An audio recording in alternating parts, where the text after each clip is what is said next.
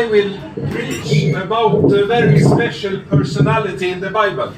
పరిశుద్ధ గ్రంథంలో నుండి ఒక ప్రత్యేకమైనటువంటి ఒక వ్యక్తి గురించి ఈ రోజు నేను మాట్లాడబోతున్నా. His name is Balaam. ఆ వ్యక్తి పేరు బిలాము. And he is called the prophet. అతడు ప్రవక్తగా పిలువబడ్డాడు. He was not part of the Jewish people. అతడు యూదుల లో ఒక భాగం కాదు కానీ he was a Midianite. అతడు మిద్యానీయుడు. And it's unusual with a prophet among the Gentiles.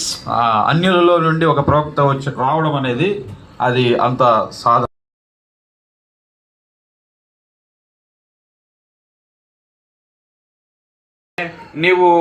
నీవు అడుగు దాన్ని స్వతంత్రించుకో.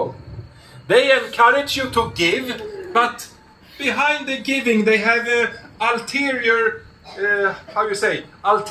motive.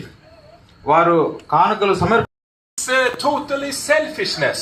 ఆ యొక్క కానుకలు సమర్పించే యొక్క ఉద్దేశం అనేది పూర్తిగా స్వార్థపూరితమైనది. అక్కడ you give to enrich yourself. మరి నువ్వు ఇస్తూ ఉన్నావు ఎందుకంటే ఇంకా ధనవంతుడు అవడానికై. And the man is in focus, God is not in focus. అక్కడ మనుషుడు కనబడుతున్నాడు కానీ దేవుడు కనబడడం లేదు. You should think positive and speak positive and you will get what you think and speak. వాళ్ళు ఏమంటారంటే నీవు మంచి విషయాలను ఆలోచించు, మంచి విషయాలు మాత్రమే మాట్లాడు, అప్పుడు నీకు మంచి విషయాలే వస్తాయంటారు. God is reduced to a machine. ఒక దేవుణ్ణి ఒక యంత్రముగా మార్చివేశారు వాళ్ళు. It is his duty to give what you asked for. నీవు ఏదైతే అడుగుతావో అది ఆయన ఇవ్వడం ఆయన బాధ్యతగా వాళ్ళు చెప్తూ ఉంటారు. The main question is just that you use the right formulas. మరి ఈ యొక్క నువ్వు సరైనటువంటి వాక్యములను ఎత్తిపట్టి ప్రార్థించాలి అంటారు. Taken out of context. ఆ యొక్క వాక్యములను సందర్భం లేకుండా దాన్ని ఉపయోగిస్తూ ఉంటారు. And then you can tell God what he shall do.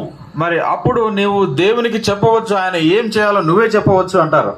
Brother and sister, this is a heresy.